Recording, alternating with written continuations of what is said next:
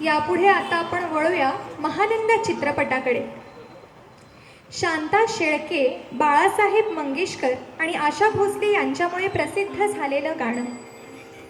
या गाण्याबद्दल सांगायचं म्हणजे एकदा आशाताई आणि शांता शेळकेजी मंगेशकरांचं कुलदैवत श्री मंगेश देवस्थानात गेलेल्या असताना बोलता बोलता सहज आशाताई म्हणून गेल्या की हा मंगेश नेहमी कुठल्याही कठीण प्रसंगी माझ्या पाठीशी खंबीरपणे उभा असतो, पण आज तो माझ्या समोर आहे. आणि गमतीत सहज बोलताना बोलून गेलेल्या या शब्दांमुळे शांता शेळकेंना मागे उभा मंगेश पुढे उभा मंगेश हे गीताचे बोल सुचले आणि पुढे मग तयार झालं एक अजरामर गीत.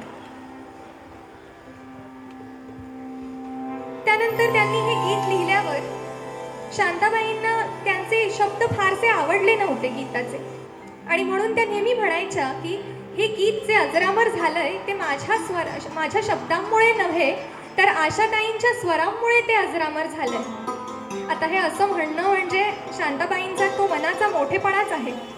कारण या गाण्याचे जर आपण शब्द ऐकले तर जटाजूट माथ्यावरी चंद्रकला शिरीधरी सर्पमाळ हृळे उरी चिताभस्म सर्वांगास. काय अप्रतिम शब्द आहेत बघा. मराठी भाषेतील शंकराचं वर्णन करणाऱ्या भक्तिगीतांमध्ये हे असे उत्कृष्ट शब्द आढळणे म्हणजे फारच काय म्हणू आपण एक रेअर गोष्ट आहे. तर असं एक सुंदर भक्तिगीत आपल्या पुढे सादर करायला आता येत आहे सौ अनुसूया पैकाणे.